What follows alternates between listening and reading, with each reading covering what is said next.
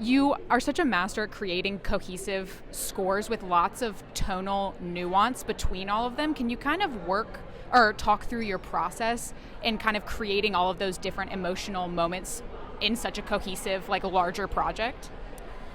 Well, weirdly, on this project, cohesion went out the door a lot. Like, you start all of these things with a well-laid plan, and I'm going to use this theme for this character, and we're going to do this there. But strangely, on this show, more than anything I've ever worked on, I was really thinking about like an audience perspective, and if I was sitting in the chair watching the show, what would put a smile on my face, what would excite me? Because the show is so exciting, and there's so many good moments.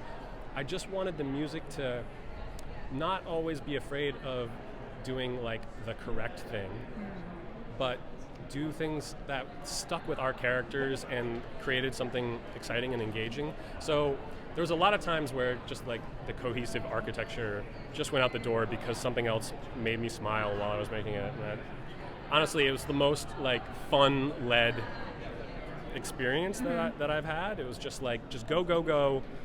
Trust your instinct, trust what the filmmakers are asking of you, because they did such a brilliant job.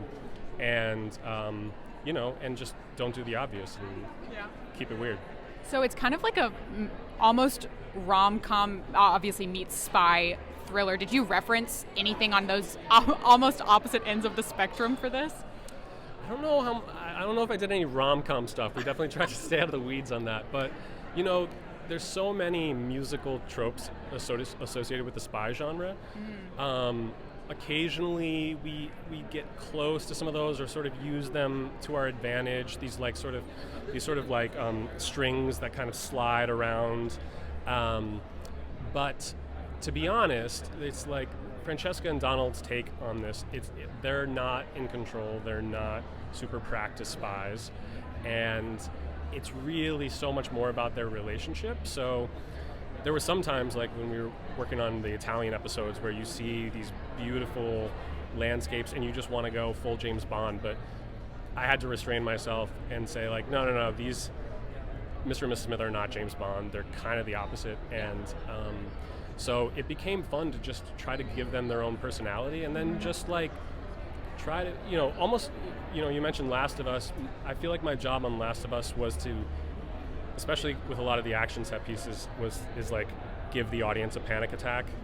And on this one, I was trying to inject some momentum, kind of let you go on the adventure with John and Jane, and then experience the relationship aspect as well, because I think it's really kind of beautifully three-dimensional in that sense. Yeah. Do you remember the first score that you ever really stuck with you? I think Indiana Jones and the Last Crusade. Probably. Although I just showed my my son Lady and the Tramp for the first time, and I remember music cues. I was just like, whoa! It was such a crazy flashback to probably being 4 years old, and that music just sinking in. Yes. And finally, if you were sucked into a spy mission suddenly, who's the first person you would text to help you out? This guy, my friend Ross, who I've known my whole life.